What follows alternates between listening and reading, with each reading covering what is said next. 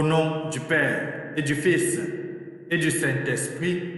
Amen. Le bien de mon Père, bonjour. Bienvenue à cette nouvelle journée de méditation où nous commençons une nouvelle semaine de méditation. J'imagine qu'hier déjà, chacun nous sommes allés à l'église célébrer le 3e dimanche du temps ordinaire. N'oublions pas que nous sommes dans l'année A et nous continuons la lecture de l'année impaire. Hier, la première lecture était tirée du livre du prophète Isaïe, au chapitre 8, les versets 23 jusqu'au chapitre 9, les versets 3. Dans ce chapitre, nous avons vu comment le prophète écrivait que dans Galilée des nations, le peuple a vu se lever une grande lumière. D'ailleurs, il y a un chant où on souligne cette lumière. Peuple qui marche dans la longue nuit, bientôt le jour va se lever. Eh bien, de mon Père, ce texte est écrit, nous le savons, lorsque Israël est divisé en deux. Parce qu'après la mort du roi Salomon, il y avait le royaume du nord, le royaume qui était appelé Israël, dont la capitale était Samarie, et le royaume du sud appelé Juda, avec pour capitale Jérusalem.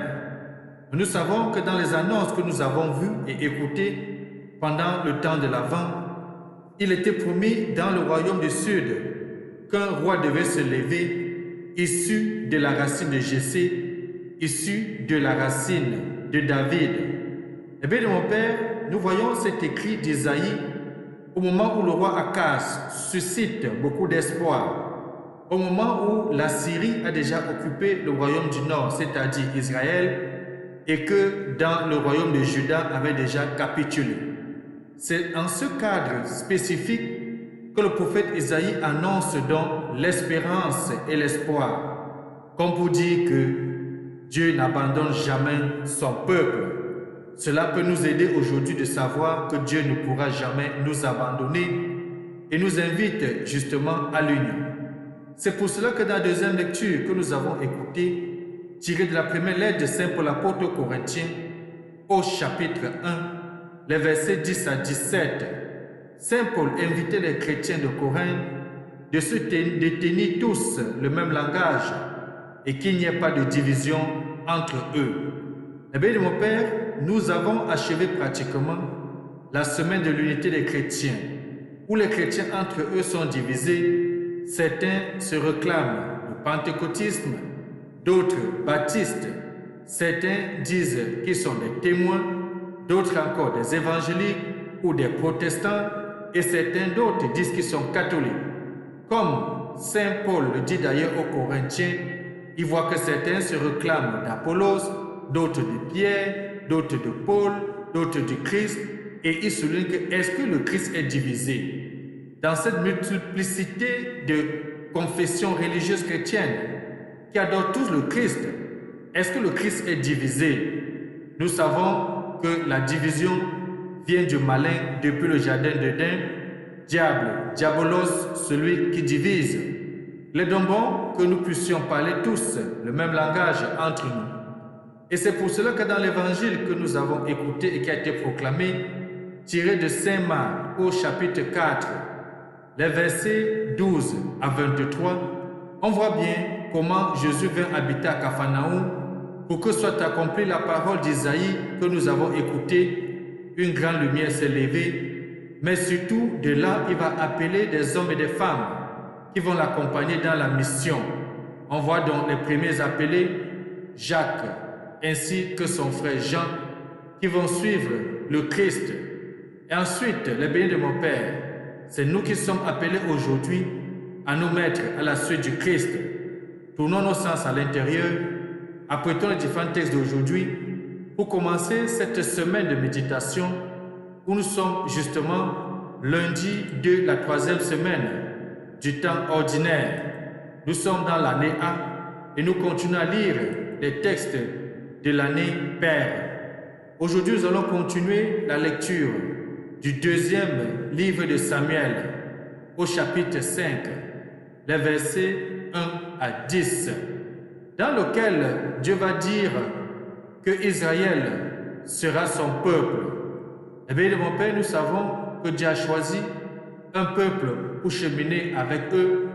Il va choisir David à qui va donner l'onction pour que David soit le berger d'Israël et que David conduise le peuple.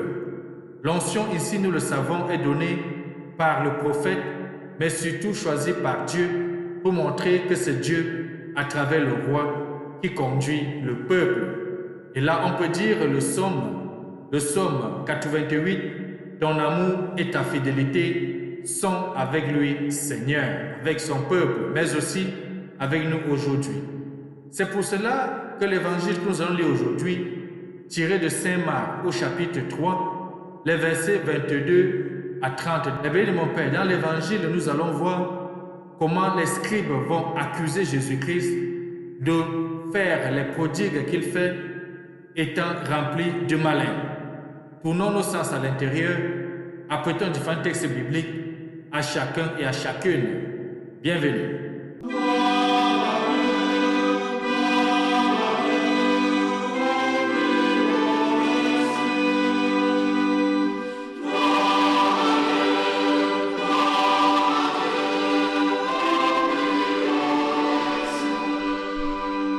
Les bénis de mon Père, tournons-nous et prions.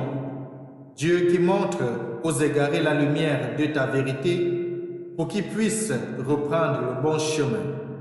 Donne à tous ceux qui se déclarent chrétiens de rejeter ce qui est indigne de ce nom et de rechercher ce qui lui fait honneur. Nous t'avons prié par Jésus-Christ, ton Fils bien-aimé, lui qui vit et règne avec toi dans l'unité du Saint-Esprit, Dieu aujourd'hui et pour des siècles et des siècles. Amen. Nous pouvons ouvrir notre Bible au deuxième livre de Samuel au chapitre 5, de lire les versets 1 à 10. Ensuite, méditer le psaume 88. Nous allons ensemble écouter l'évangile de Saint Marc au chapitre 3, les versets 22 à 30 qui sera proclamé. Bonne méditation.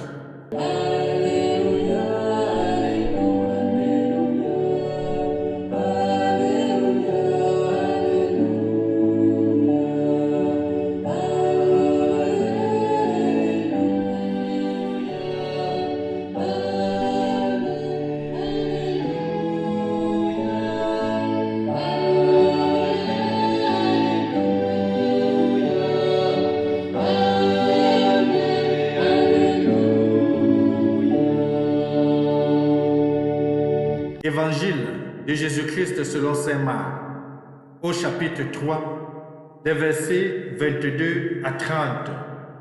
En ce temps-là, les scribes qui étaient descendus de Jérusalem disaient: ce Jésus est possédé par Belzéboul. C'est par le chef des démons qu'il expulse les démons. Les appelant près de lui, Jésus leur dit en parabole: comment Satan peut-il expulser Satan?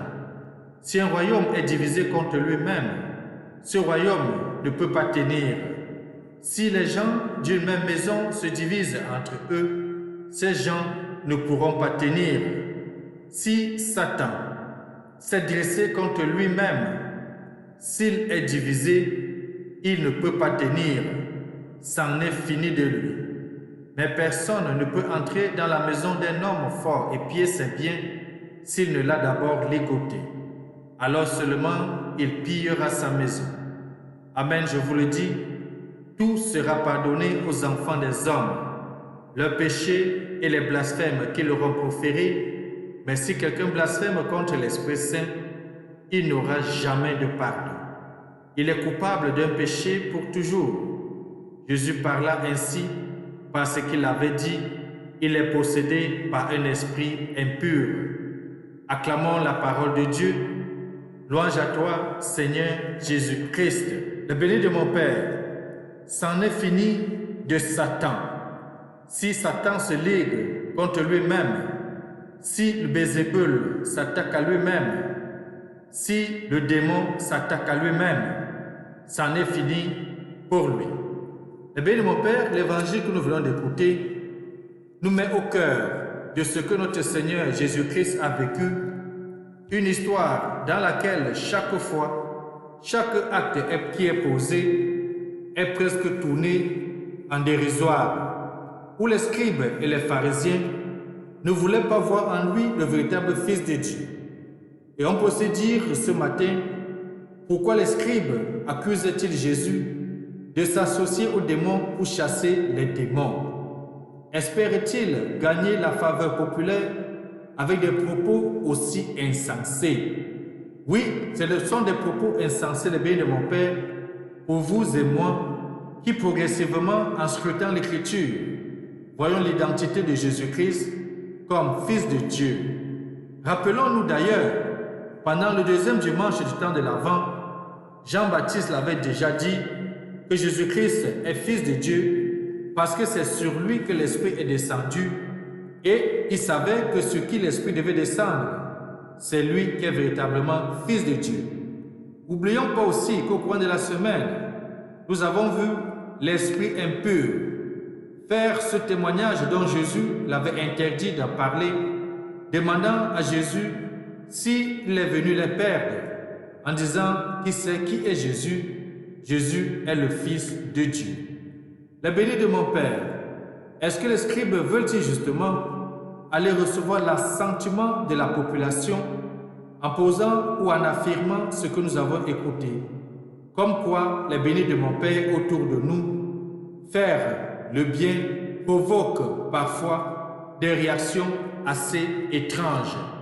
Et j'aime souvent notre Seigneur Jésus-Christ face à ce genre de situation où les questions sont posées pour le piéger, où également les réactions sont posées comme pour le dénigrer. Sa réaction est aussi magistrale. Et Jésus donne un enseignement important à la fin de cet évangile. Il nous précise très bien que tout sera pardonné aux enfants des hommes. Tout nous sera pardonné. Nos fautes, nos manquements nous seront pardonnés. D'ailleurs, au cours de chaque célébration eucharistique, nous commençons toujours par là, en demandant pardon au Seigneur. Et nous récitons, si nous nous rappelons bien, le Je confesse à Dieu le Père Tout-Puissant, je reconnais devant mes frères, etc. Ou alors dans un système de dialogue, le prêtre va nous ramener à répondre, Seigneur prends pitié, ô Christ prends pitié, Seigneur prends pitié, ou Kyrie eleison, Christe eleison. La bénie de mon Père, nous nous purifions et nous demandons pardon. Aujourd'hui, Jésus dit très clairement que nos péchés seront pardonnés et même les blasphèmes que nous pouvons proférer seront pardonnés. Oui, nous blasphémons parfois tous les jours. On écoute des gens blasphémer sur l'identité de Jésus, sur l'orientation sexuelle même de Jésus-Christ. Combien de films aujourd'hui autour de nous présentent un Jésus avec une orientation particulière? Combien de documentaires nous pouvons suivre autour de nous décrivant Jésus-Christ avec Marie-Madeleine d'une certaine forme? Eh bien, de mon Père, même ces blasphèmes-là, Jésus dit que ça sera pardonné. Mais si quelqu'un blasphème contre l'Esprit Saint, il n'aura pas le pardon. Blasphémer contre l'Esprit Saint, eh bien, de mon Père, c'est nous couper justement de la communion avec notre Dieu, de la communion avec le Fils, de la communion entre nous. C'est de refuser en d'autres termes l'existence de Dieu. Si nous refusons que Dieu existe, de quoi va-t-il encore nous pardonner? C'est en nous ouvrant, en acceptant et en recevant Dieu dans notre vie que nous pouvons cheminer avec lui, sachant que c'est un Dieu de miséricorde. Il peut être capable et il est d'ailleurs disposé à pardonner nos fautes, à pardonner nos péchés. D'ailleurs, c'est la mission fondamentale que Jésus va confier à ses disciples. Il va les envoyer prêcher, mais va demander de pardonner les péchés. Ceux à qui les fautes seront pardonnées, les fautes seront pardonnées. Mais ceux à qui les fautes seront retenues, les fautes aussi seront retenues. Il a donné cette autorité, ce pouvoir aux hommes qu'il a choisis, aux disciples qu'il a choisis, qu'il a institués comme apôtres et qu'il a institués aujourd'hui dans notre monde, comme des évêques, mais surtout comme des prêtres. Plus que jamais, les bénis de mon Père, tournons-nous vers le Seigneur, acceptons-le, ne blasphémons pas contre l'Esprit Saint, parce qu'il s'agit là d'un péché impardonnable. Et que Dieu Tout-Puissant nous aide aujourd'hui et nous bénisse, lui qui est Père, Fils et Saint-Esprit. Amen. Bonne journée. Dieu.